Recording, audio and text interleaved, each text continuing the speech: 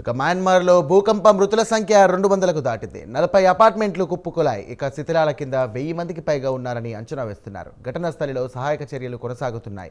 ఇక దీనికి సంబంధించినటువంటి రోడ్లపైనే క్షతగాత్రులకు చికిత్స కొనసాగుతోంది. ఇక మయన్మార్లో వరుసగా భూకంపాలు సంభవించాయి. ఇక మొదటిసారి రిక్టార్ స్కేల్పై 7.7 తీవ్రత నమోదు కాగా, రెండవసారి 6.4 తీవ్రత, అలాగే మూడవసారి 4.9 తీవ్రత నమోదయ్యింది. ఇక సెంట్రల్ మయన్మార్లోని సైగింగ్కు 16 కిలోమీటర్ల దూరంలో సుమారు 10 కిలోమీటర్ల లోతులో భూకంప కేంద్రం నమోదయ్యింది.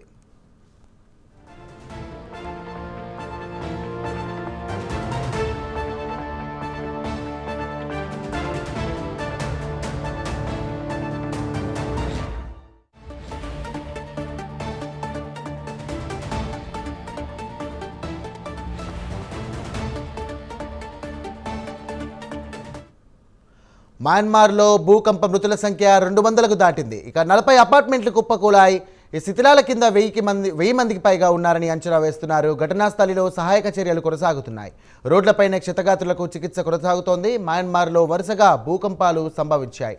మొదటిసారి రిక్టార్ స్కేల్పై 7.7 తీవ్రత నమోదు కాగా, ఇక రెండవసారి 4.4, మూడవసారి ఇక 4.9 తీవ్రతతో నమోదయ్యింది. సెంట్రల్ మయన్మార్లోని సైగింగ్కు 16 కిలోమీటర్ల దూరంలో సుమారు 10 కిలోమీటర్ల లోతులో ఈ భూకంప కేంద్రం నమోదయ్యింది.